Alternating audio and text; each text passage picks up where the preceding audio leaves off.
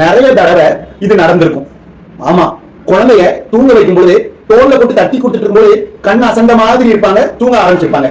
சரி, தூங்கிட்டாருன்னு நினைச்சு குழந்தைய பெட்டிலையோ தரையிலயோ போட்டோம்னா விருட்டு எந்திரிச்சு அழுக ஆரம்பிச்சிடும். மறுபடியும் நம்ம தோலை எடுத்து தட்டி கொடுப்போம், தூங்குற மாதிரி இருக்கும். கீழே போட்டா அழுவாங்க. தோலை போட்டா தூங்குறாங்க, கீழே போட்டா அழுகிறாங்க. இதே ரிப்பீட்டா ஆக்கிட்டு இருக்கும். சோ இதுக்கு சயின்ஸ், இதுக்கு பின்னாடி ஒரு சயின்ஸும் இருக்கு. இதை சரிப்படுத்துறதுக்கு டெக்னிக்கும் இருக்கு. என்னன்னா, குழந்தைங்களுக்கு ஒரு ரிஃப்ளெக்ஸ் இருக்கும். அது பேரு மோரோ ரிஃப்ளெக்ஸ். குழந்தைய டக்குன்னு தலையில பட்டோன்னு வைங்களேன், உடனே நரம்புகள் ஸ்டிமுலேட் ஆகி விருட்டுன்னு வேக் ஆயிடுவாங்க, அவேக் ஆயிடுவாங்க, விழிச்சிருவாங்க, கை கால உதற ஆரம்பிப்பாங்க. இந்த ரிஃப்ளெக்ஸ் சின்ன குழந்தைங்களுக்கு, சில குழந்தைங்களுக்கு அப்படியே தொடர்ந்து இருக்கும். சோ அதனாலதான் தோலை போட்டு தட்டி கொடுக்கும்போது கண் அசந்து இருந்தாலும் தரையில ஏதாவது போடும்போது டக்குன்னு எந்திரிக்கிறாங்க.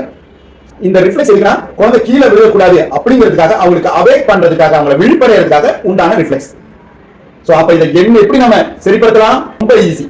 என்னன்னா, நம்ம தோலை தட்டி கொடுத்து குழந்தையை தூங்க வச்சுட்டு பெட்ல போடலாங்கும் போது ஃபர்ஸ்ட் தலை பகுதி தரையில படக்கூடாது, பெட்ல படக்கூடாது. அதுக்கு பதிலா கால் பகுதியை வச்சுட்டு, அதுக்கப்புறம் முதுகு பகுதி, இடுப்பு பகுதி அதை வச்சுட்டு, அதுக்கப்புறம் தலை பகுதியை வச்சீங்கன்னா கம்ஃபர்டபுளா தூங்க முடியும். டக்குன்னு விருட்டுன்னு எந்திரிக்க மாட்டாங்க. செகண்ட் இம்பார்ட்டன்ட் டிப் என்னன்னா, ஹோல்டிங் ஆன் பீரியட்.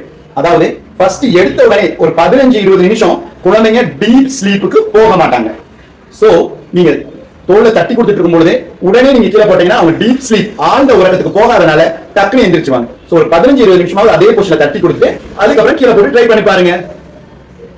இந்த மாதிரி மேலும் பல வீடியோஸ்க்கு நம்மள ஃபாலோ பண்ணுங்க.